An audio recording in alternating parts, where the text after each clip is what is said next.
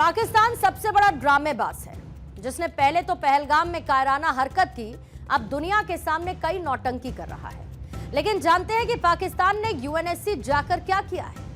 बड़ी उम्मीदों के साथ यूएनएससी पहुंचा पाकिस्तान और अपने ही पैर पर कुल्हाड़ी दे मारी, क्योंकि मदद मांगने के लिए यूएनएससी पहुंचे पाकिस्तान को संयुक्त राष्ट्र में भी लताड़ लगाई गई है। संयुक्त राष्ट्र ने पाकिस्तान से ऐसे सवाल पूछे जिसने शहबाज शरीफ और आसिम मुनीर के माथे पर और ज्यादा शिकन पैदा कर दी है, उसे गहरा कर दिया है। दरअसल पहलगाम हमले में पाकिस्तान का हाथ होने का जब से खुलासा हुआ, तब से आतंकिस्तान की रातों की नींद और दिन का चैन उड़ा हुआ है, क्योंकि पाकिस्तान के हुक्मरान भी इस बात को समझते हैं कि भारत पहलगाम हमले का बदला लेगा और जोरदार बदला लेगा।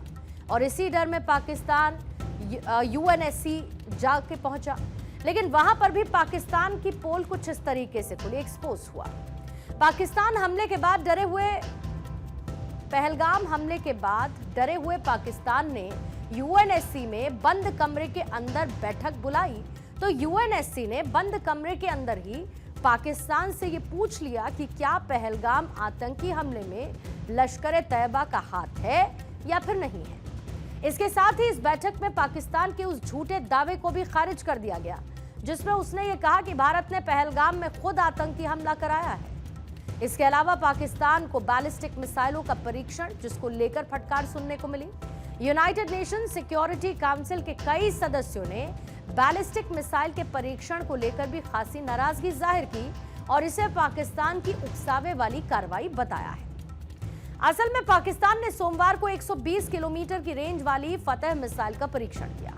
इससे पहले इसने अब्दाली मिसाइल का परीक्षण किया था, जिसकी रेंज 450 किलोमीटर थी। और अब यूएनएससी जाकर पाकिस्तान ये दिखाने की कोशिश कर रहा है कि भारत पहलगाम आतंकी हमले की आड़ में उस पर आक्रमण करना चाहता है। लेकिन अब न सिर्फ पाकिस्तान का ये तर्क खारिज हो चुका है, साथ ही पहलगाम आतंकी हमले की कड़ी निंदा भी की गई है। तो हो गई ना पाकिस्तान की इंटरनेशनल लेवल वाली बेइज्जती। असल में सच्चाई तो यह है कि पहलगाम में पर्यटकों पर हमला करने के दुस्साहस के बाद अब पाकिस्तान यूएनएससी में अपना एजेंडा चलाने की कोशिश कर रहा है। लेकिन पाकिस्तान को ऐसा लगा भी क्यों कि यूएनएससी में उसकी ये नौटंकी चलेगी, और इसके पीछे वजह है उसकी बचकाना सोच। असल में पाकिस्तान इस वक्त संयुक्त राष्ट्र सुरक्षा परिषद का गैर स्थायी सदस्य है और भारत फिलहाल सुरक्षा परिषद का हिस्सा नहीं है। ऐसे में पाकिस्तान ने सोचा कि वो भारत की गैर मौजूदगी में सुरक्षा परिषद में अपना एजेंडा चलाने में कामयाब रहेगा। उसे ऐसा लगा कि उसके आरोपों पर जवाब देने के लिए भारत यूएनएससी का हिस्सा नहीं है और मौजूद नहीं है। लेकिन यह भारत की बढ़ती हुई कूटनीतिक अहमियत का ही उदाहरण है कि भारत की गैर मौजूदगी में भी पाकिस्तान का एजेंडा चल नहीं पाया, और अंजाम ये हुआ कि बाकी सदस्य देशों ने पाकिस्तान को ही कॉर्नर कर दिया।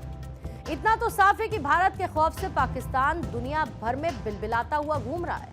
बड़ी उम्मीदों के साथ आतंकवाद का पालनहार पाकिस्तान यूएनएससी के चक्कर काटने भी पहुंचा, लेकिन अपने ही पापों के बोझ तले पाकिस्तान की वहां पर एक भी ना चली, क्योंकि दुनिया भर में पाकिस्तान का चेहरा पहले ही बेनकाब हो चुका है। और अब यूएनएससी में पाकिस्तान की क्या क्या फजीहत हुई है, ये भी देख लीजिए। कूटनीतिक सूत्र कहते हैं कि पाकिस्तान ने बैठक में भारत के साथ अभी जो तनावपूर्ण स्थिति है, उसके लिए भारत के ऊपर जिम्मेदारी मढ़ने की कोशिश की, यानी भारत पर आरोप लगाया। यह भी झूठा दावा किया गया कि भारत इस घटना की आड़ में युद्ध भड़काने की तैयारी है। लेकिन पाकिस्तान के इस तर्क को वहां के कई स्थायी और अस्थायी सदस्यों ने मानने से ही इनकार कर दिया। कुछ सदस्यों ने यह भी कहा कि पहलगाम में बेकसूर नागरिकों की हत्या के दोषियों को जिम्मेदार ठहराना और उन पर सख्त एक्शन लेना बहुत जरूरी है। कुछ सदस्यों ने पहलगाम में धार्मिक पहचान के आधार पर हत्या करने पर अपनी नाराजगी जाहिर की। पाकिस्तान जिस तरीके से लगातार मिसाइल परीक्षण कर रहा है, इस बैठक में यह भी मुद्दा उठाया गया। और साथ ही एक सदस्य ने पहलगाम हमले में लश्कर तैयबा के शामिल होने को लेकर भी सवाल पूछा है। कुल मिलाकर देखा जाए तो पाकिस्तान अपने गुनाहों के बोझ तले कुछ ऐसा दबा हुआ है कि वो दुनिया को गुमराह करने की कितनी भी कोशिश कर ले, उसकी सच्चाई सब समझ चुके हैं। यूएनएससी की आड़ में अपना एजेंडा चलाने की कोशिश तो पाकिस्तान ने बखूबी की, लेकिन दुनिया जानती है कि आतंक का असल पालनहार आखिर है कौन। Is not inside the room. So in these circumstances, Pakistan would have thought that they had an advantage, but the impression that we are getting is that a number of delegations asked very tough questions, in particular about the Lashkar-e-Toiba, its role, its initial claim of responsibility, and so on. And I think the concerns that have come out have been largely that terrorism is extremely dangerous and that it can understandably provoke an Indian reaction, which in turn can lead to further escalation. आपने बड़े बुजुर्गों को ये कहते हुए अक्सर सुना होगा कि हमें अपने गुनाहों का सिला भी इसी दुनिया में ही चुकाना पड़ता है। पाकिस्तान के साथ दरअसल कुछ ऐसा ही हो रहा है।